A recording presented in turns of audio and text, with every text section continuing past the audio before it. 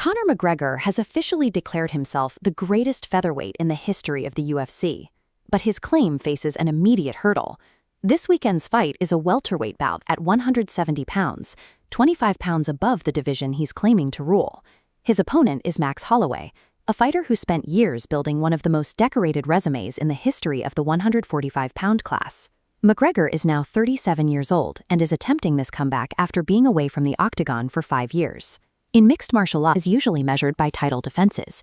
It's a standard McGregor never met, as he never once defended the featherweight belt. By returning now, McGregor is attempting to prove that raw skill and head-to-head victories should count for more than the number of times a fighter defended their title. McGregor's argument is built on a single idea, that a fighter's peak skill is more important than how long they stayed at the top. He points to his run between 2013 and 2015, where he moved through the featherweight division without a single loss.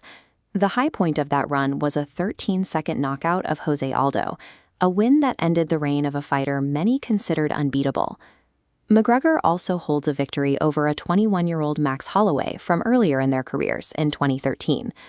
Once he reached the top, McGregor left the division to pursue larger fights in other weight classes, leaving the featherweight title behind without defending it. This graph shows what McGregor considers the peak, a massive, concentrated burst of dominance that he believes outweighs longer, slower careers. To McGregor, beating the best during your absolute prime is the only metric that truly identifies the greatest of all time. The traditional view of greatness is different.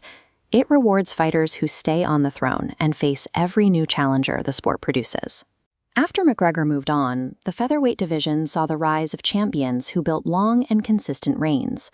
Alexander Volkanovski became the model for this, staying at 145 pounds to defend the belt 5 times against the division's top talent.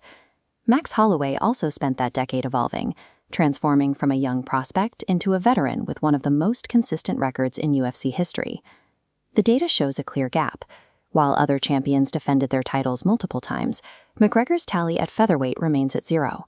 Looking at total activity, Holloway's presence in the cage and his volume of strikes landed far exceed McGregor's output over the same period.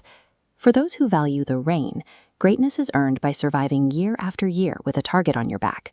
At UFC 329 in Las Vegas, these two ideas of greatness will finally be tested.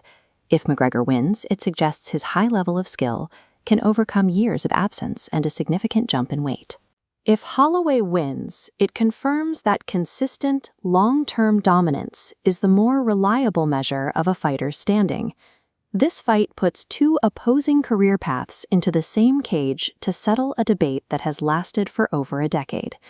While fans have debated these metrics on forums for years, this matchup offers a rare chance to see a definitive result in the octagon.